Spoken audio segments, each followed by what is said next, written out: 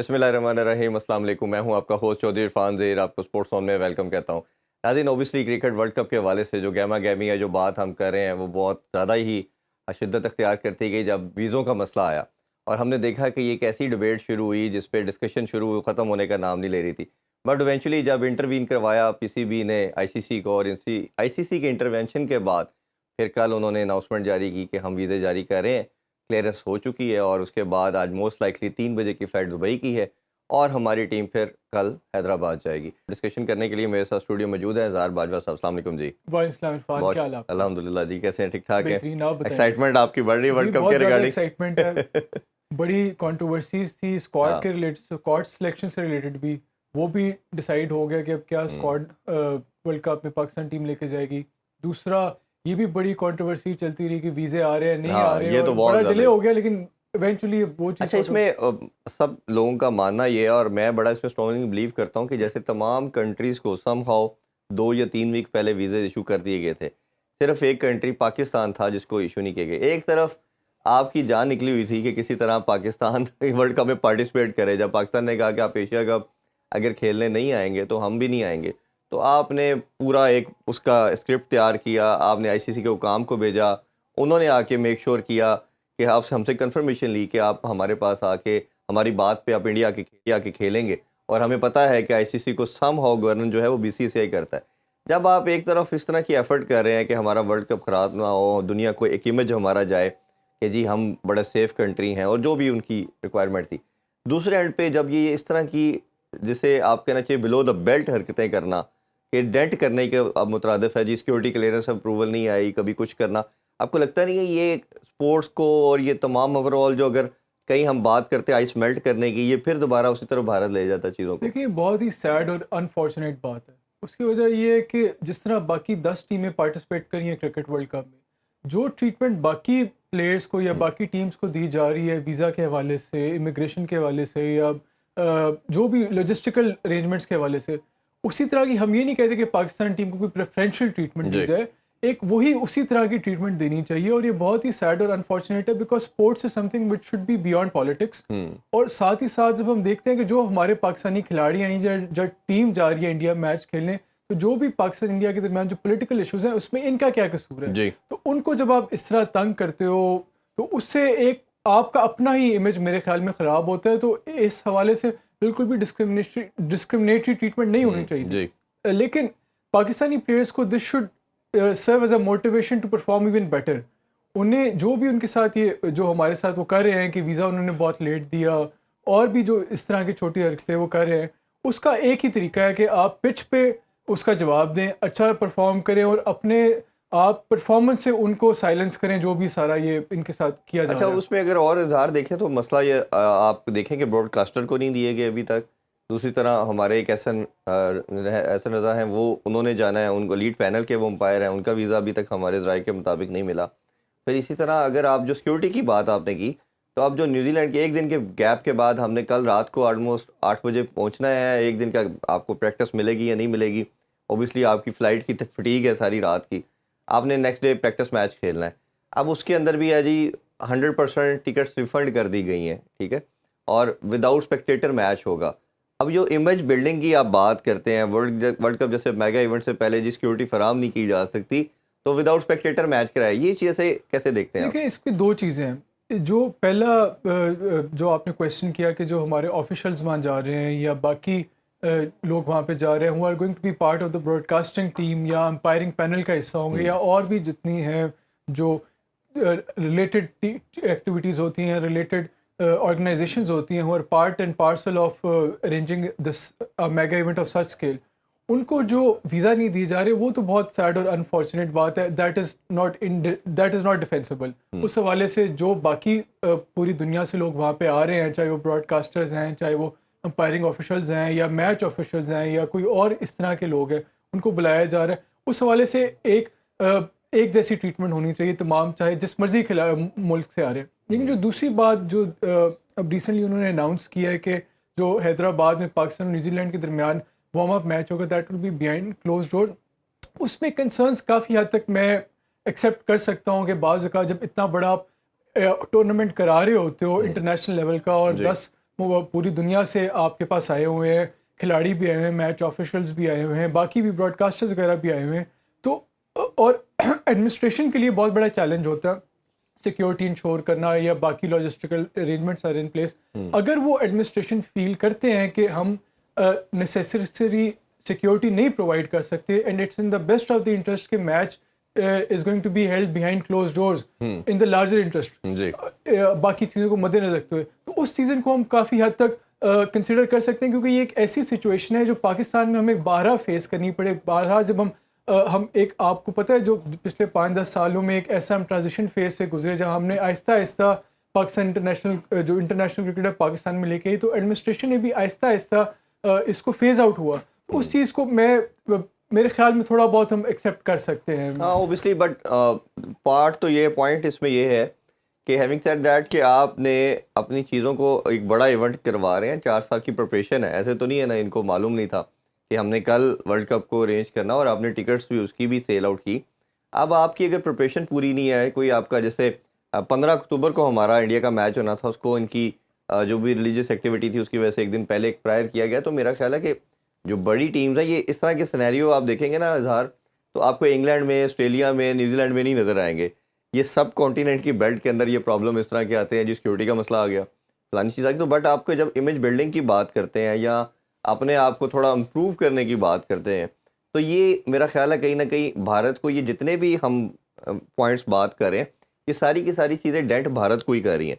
तो भारत को बड़ा क्लोजली देखना चाहिए। Event is going to start now, इनको एड्रेस करें, क्योंकि ये समहाउ अगर आपकी जो भी मेलाफाइड इंटेंशन की ही बात अगर हम करें या जो भी है, तो ये सारी चीज़ें बड़ा इसमें इम्पैक्ट डालती है। अभी हमें फ़ोन लाइन पे मुजाहिद जमशेद साहब ने ज्वाइन किया है, उनसे भी पूछते हैं। अस्सलाम वालेकुम मुजाहिद भाई।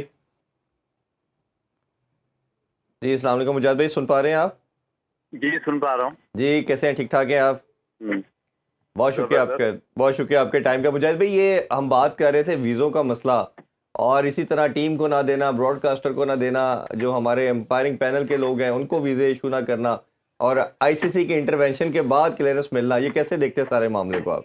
यार देखें, बात ये एक टैक्टिक्स होते हैं किसी भी जो नेगेटिव कंट्री माइंडसेट होता है ना, ये हमें वो रिफ्लेक्ट करता हुआ नजर आता है। देखिए ऐसा होना नहीं चाहिए कि आप स्पोर्ट्स को कभी भी सियासत के साथ इन्वॉल्व नहीं कर सकते। नो डाउट हमारे काफ़ी मसले मसाइल इंडिया के साथ, लेकिन ये मेंटल टॉर्चर करने वाली बात होती है। किसी अच्छी टीम को उस जगह पे लाके खड़ा कर देना कि जब वो क्रिकेट खेलने हैं तो वो उस तरह हर वक्त अपसेट रहे, जिससे उनकी क्रिकेट परफॉर्मेंस इनहेंस ना हो सके, उनकी परफॉर्मेंस का लेवल नीचे हो। ये वो सारे टैक्टिक्स, चाहे वो जर्नलिज्म हो, चाहे वो आपकी जो टीम है उसके वीज़ों के इशू हो, बहुत नेगेटिव माइंडसेट है। मुझे बहुत अफसोस हुआ ये चीज़ें सुन के, देख के कि इंडिया इस तरह के टैक्टिक के मेंटल टॉर्चर किसी को करना। मुजाहिद भाई, अभी टीम ने जैलिन होना था, 2-3 दिन स्पेंड करने थे दुबई में और फिर ट्रैवल करना था। आप एज ए प्लेयर बताइए, और आप एक कोच भी हैं, ये किस तरह साइकोलॉजिकली डेंट कर सकता है या इम्पेक्ट कर सकता है हमारी टीम को, या ये इसको कोप अप कर पाएंगे, कोई मसला नहीं है? जैसे 92 के वर्ल्ड कप की हमेशा एग्जांपल दी जाती है, खान साहब अपनी टीम को 1 मंथ पहले ले गए उधर, तो ये 1 दिन पहले जाना, ये पाकिस्तान को कितना डेंट कर सकती है चीज़? नहीं, डेंट तो देखें डाल दिया उन्होंने, आपको मेंटली तौर पे डिस्टर्ब कर दिया। दैट मीन्स डेंट तो आपका स्टार्ट हो गया कि आपको उन्होंने वैल्यूएट ही नहीं किया कि पूरी दुनिया की पूरी सारी टीमें वहाँ पहुंची और आपके अभी तक वीज़ों का इशू है। बट दैट मीन्स कि वो आपके मेंटल जो स्ट्रेंथ है उनके साथ गेम प्लान खेल रहे हैं, जो कि आपकी क्रिकेट के साथ साथ आपकी बॉडी को भी हिट करता है। आप सहमे रहते हैं कि जी हमारी जो कंट्री है उसको इतना डिग्रेड किया जा रहा है कि आपकी जो नंबर 1 टीम है दुनिया की ओडीआई में, उसका वर्ल्ड कप होने जा रहा है, तो आपको इस तरह का प्रोटोकॉल मिलेगा तो आपकी परफॉर्मेंस तो नीचे जाएगी। जी अच्छा, दूसरी चीज़ मैं आपसे आपके होने का फ़ायदा उठाते हैं, टीम कम्बिनेशन के हवाले से बात करना चाहेंगे। अभी रिसेंटली जो साइम अयूब ने कैरिबियन लीग के अंदर परफॉर्मेंस दी है, 5 50s की फाइनल जिताया अपनी टीम को, उनकी परफॉर्मेंस को कैसे देखते हैं? दूसरी तरफ हमारे देख रहे हैं कि Fakhar, although we all know कि वो मैच विनर है, बट उनकी फॉर्म हमारे ऑफ लेट में हमारे सामने है। इसी तरह अक्सर अली की इंडक्शन के हवाले से, इन 2 इंडक्शन के हवाले से मैं पूछना चाहूँगा, कैसे देखते हैं आप? देखिए मैं इस चीज़ के थोड़ा सा खिलाफ हूँ कि फ़खर को टीम में नहीं होना चाहिए। एक तो उनके जो प्रॉब्लम्स है, नो डाउट हमारी दुआ है कि वो जाके परफॉर्म करे, लेकिन अनफॉर्चुनेटली उनकी टेक्निक पे दूसरी टीमों ने इतना वर्क कर लिया हुआ है कि अब उनके लिए गेम प्लान करना बड़ा ही आसान है।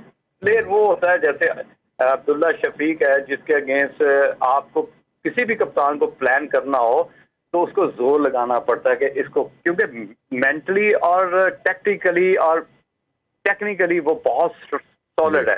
तो ऐसा प्लेयर है कि जिसपे आप बिलीव कर सकते हैं कि अगर उसको आइडियल बैटिंग पिचें मिलेंगी तो वो लंबा टीम को लेके चल सकता है। रही बात फखर जमान की, देखें आप फखर को और सैम अयूब को कंपेयर नहीं कर सकते, क्योंकि अभी तक हमने सैम अयूब को देखा T20 में डोमिनेट करते हुए। बेसिकली वो भी वन डायमेंशन प्लेयर है। जब तक वो सीधा नहीं खेलेगा, यही प्रॉब्लम कैरी कर रहा है फखर जमान के, वन डायमेंशन प्लेयर है कि अगर कट मिल गया या स्क्वेयर लेग पे खेल दिया और उसके बाद कोई शॉट ही नहीं है, मुंह उठा के मार दिया। आपके पास एक ऑप्शन थी कि अगर आप मोहम्मद हारिस को थोड़ा सा एजुकेट और थोड़ी उसकी गेम अवेयरनेस और गेम सेंस उसकी आप डेवलप करते तो उसको T20 की बजाय जो वनडे क्रिकेट है, क्योंकि आपने देखा कि श्रीलंका लीग में उसने किस तरह डोमिनेट किया, बड़ी सेंसिबल क्रिकेट खेली।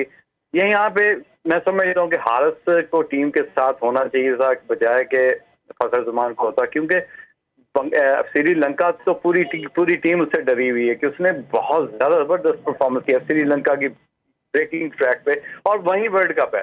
तो ये चीजें सोचनी चाहिए थी आपके सिलेक्टर्स को या टीम मैनेजमेंट को कि जो प्लेयर वहां पे परफॉर्म कर रहा है और उन्होंने एक धाक बिठाई हुई है श्रीलंका की पिचेस के ऊपर, उसको टीम से आपने जो एक्स्ट्रा प्लेयर है उसमें डाल दिया और रिजर्व में उनको डाला गया। मैं हसन अली के हवाले से भी आपने जानना चाहूंगा। नसीम शाह की परफॉर्मेंस हम सबके सामने है, तीनों फॉर्मेट में सबसे कंसिस्टेंट बॉलर के तौर पे, और हमारी जो बॉलिंग लाइनअप है जिस तरह उन्होंने लीड करना शुरू किया वो भी हम सब जानते हैं कि उन्होंने एक अप फ्रंट आके बड़ी ज़बरदस्त परफॉर्मेंस दी। उनकी ना होना कितना डेंटफुल है, और उनकी जगह हसन अली की इंक्लूजन को कैसे देखते हैं? देखिए हसन का एक ही प्लस पॉइंट है वो कि अगर आपको 30 रन चाहिए 13 बॉलों पर वो कर सकता है। और तो अभी देखें आप जिस तरह नसीम ने 2 मैच जितवाए अफगानिस्तान के अगेंस्ट, पहले में 2 छक्के लगाए, बाद में 2 चौके लगाए, तो वो एक फियर तो कैरी कर रहा था अपोजिशन के लिए। तो वो फियर हमें नजर नहीं आएगा। प्लस जिस तरह वो अब क्रिकेट अपनी बॉलिंग को समझना शुरू हुए थे, मैं तो बड़ा ही उसको अप्रिशिएट कर रहा हूँ जिस तरह उसने लास्ट 3-4 सीरीज में बॉलिंग की। मैंने बैट्समैनों को डरते देखा और उसको अपना स्पॉट ढूंढना आता था अकॉर्डिंगली पिच। तो ये सारे प्लस पॉइंट थे जिसको पाकिस्तान बहुत सीरियस मिस करेगी। हसन अली की इंडक्शन ऑन एंड ऑफ है, आप देखेंगे इस वर्ल्ड कप में भी कभी वो मैच खेलेगा, कभी नहीं खिलाएंगे। तो ऐसी इंडक्शन जो आपकी प्रायोरिटी पे ना हो तो टीम के लिए एक लाइबिलिटी बन जाती है। अच्छा मुजाहिद भाई, आपने देखा होगा कि स्पिनिंग डिपार्टमेंट में उसामा मीर को प्रेफर किया गया अब्रार के ऊपर, हालांकि अब्रार ने बड़ा बेहतरीन परफॉर्मेंस दे रहे थे टेस्ट साइड के लिए। उस डिसीजन को आप कैसे देखते हैं? देखिए आपके पास उसामा एक सिर्फ लेग स्पिनर नहीं है, एक एक्सपीरियंस मंजा हुआ बॉलर भी है, और अभी आपको पता है कि इंग्लैंड में 100 टेल किया है, उस पर टीम बहुत डिपेंड कर रही थी। और अगर देखा जाए तो वो इतना बुरा प्लेयर भी नहीं है, हाइट अच्छी है, ये टफ टाइम दे सकता है, क्योंकि हम इक्वली इसको कह सकते हैं अनिल कुंबले की तरह ये हमें बॉलर मिला है कि जो वनडे क्रिकेट में थोड़ा सा रिस्ट्रिक्ट भी कर सकता है और विकेट टेकिंग ऑप्शन भी उसके पास उसकी वेरिएशन में है। और अगर जरूरत पड़े 40-50 रन की तो वो 40-50 रन कर भी सकता है। तो ये मैं समझता हूँ इस वक्त एज ए चाहिए। अगर आपने शदाब को खिलाना है तो आप उसको छठे बॉलर के तौर पे इस्तेमाल कर सकते हैं। अगर आप उसको 5वें नंबर के बॉलर पे या कंसीडर करेंगे तो मैं इससे डिसएग्री करता हूँ। अच्छा मैं जानना चाहूँगा आपसे मिडिल ऑर्डर के हवाले से। हमारा टॉप ऑर्डर तो ऑल दो हम अभी फ़खर के अलावा बड़ा ज़बरदस्त रहा और इमाम बड़ी फॉर्म में, बाबर बड़ा अच्छा परफॉर्म करे, बट मिडिल ऑर्डर हमारा एक एरिया ऑफ कंसर्न रहा। इसमें रिजवान ने अभी आके अच्छा परफॉर्म किया है ऑफ लेट में, बट उनकी भी कंसिस्टेंट परफॉर्मेंस नहीं थी। और इफ्तिखार की इंडक्शन हुई है, सलमान अली आगाज़ कुछ टाइम से हैं, बट कहीं ना कहीं हमें लगता है कि जिस तरह बाकी टीम्स का अगर हम मिडिल ऑर्डर देखते हैं, भारत का देखें, ऑस्ट्रेलिया या इंग्लैंड का, हमारा उनकी निस्बत काफ़ी वीक है। तो उसमें मैं आपसे जानना चाहूँगा कि इसमें यही आपको बैटिंग ऑर्डर नज़र आता है या आपको लगता है कि कहीं ना कहीं में सऊद शकील की इंडक्शन मस्ट है इंडियन पिचेस के ऊपर, क्योंकि हमारे तमाम बैटर जो हैं वो स्पिनर को पिच से रीड कर रहे हैं, हाथ से रीड नहीं कर रहे। तो जब आप स्पिनर को हाथ से रीड नहीं करते तो ऑब्वियसली जब आपकी टेक्निक सॉलिड नहीं होती तो आप सफ़र करते हैं। तो कैसे देखते हैं किसको होना चाहिए टीम में? बड़ा ज़बरदस्त इरफान आपने क्वेश्चन किया, बिल्कुल ऐसे ही है। और कई दफ़ा आपको एयर में जज करना पड़ता है, कि आपको क्लू मिलता है कि आपने किस जगह पे खेलना है। इस वक्त सऊद शकील एक बेहतर ऑप्शन है, क्योंकि एक तो लेफ्ट हैंडेड है और जगह बनानी उनको आती है, एक्स्ट्रा कवर के ऊपर सीधा स्वीप, और मैंने देखा है कि गैप्स उसको ढूंढने आते हैं। तो ये एक प्लस पॉइंट है। दूसरी बात, रिजवान परफॉर्म कर तो रहा है, लेकिन आज आके हमने देखा है कि हमारा जो क्रिकेट नॉन स्टॉप एक्शन बन चुकी हुई है, उस तरह की नॉन स्टॉप एक्शन बैटिंग नहीं हो रही। कि अगर 6 के 7 के रन से चल रहा है मैच, स्टार्ट किया आपने ऊपर अच्छा स्टार्ट दिया है, तो आगे जाके ब्रेकें लगनी शुरू हो जाती है, वो 7 से 4 पे आ जाता है। तो ये चीज़ों को कंट्रोल करना पड़ेगा। अगर आपने बेहतर रिजल्ट देने हैं तो आपके मिड ऑर्डर को भी उस तरह लेके चलना पड़ेगा जिस तरह आपके ओपन ने स्टार्ट किया है। अगर इस तरह नहीं करेंगे तो इंडिया आपके सामने है, उनका जो रन रेट है वो 6, 7, 8 से कम नहीं आता। तो इस पे वर्क करना पड़ेगा, आपको एग्रेसिव क्रिकेट खेलनी पड़ेगी, लेकिन कंट्रोल साहब। बिल्कुल, बहुत शुक्रिया मुजाहिद भाई, हमेशा की तरह आपसे बात करके बड़ा मजा आया, और जो इन डेप्थ नॉलेज आप ट्रांसफर करते हैं ये बड़ा हमारे लिए हेल्पफुल होता है। अभी छोटा सा ब्रेक लेते हैं जी, ब्रेक से वापस आके मजीद डिस्कशन करते हैं। Stay with us. Once again welcome back in sports on. हम बात कर रहे थे पाकिस्तान वर्ल्ड कप की तैयारियों के हवाले से। अच्छा, इसमें थोड़ी सी डिस्कशन की जाए तो साइम अयूब का जिक्र करना भी मेरा ख्याल है बहुत ज़रूरी है। एक ऐसा बैटर जिसने पहले अपने आप को इस्टेब्लिश किया पीएसएल के अंदर, और उसके बाद हमने देखा कि पाकिस्तान टीम में भी T20 उन्होंने खेले अफगानिस्तान सीरीज़ के अगेंस्ट। उसमें भी हमें ग्लिम्पसेस नज़र आए कि एक लड़का जिसके पास टेक्निक भी है, टेम्परामेंट भी है, और उसके पास बड़ी शॉट्स भी हैं। और अभी उसका जो एक असल हमने एक रूप देखा या उसकी पूरी उठान देखी, वो हमने देखा कैरिबियन लीग में 5 50s बनाई, फाइनल जिताया अपनी टीम को, और पूरी दुनिया की अपनी तरफ अट्रैक्शन की। अब एक सोशल मीडिया, ऑब्वियसली आपको पता है जब कोई ऐसी चीज़ होती है तो एक हाइप क्रिएट होती है, बात होना शुरू होती है।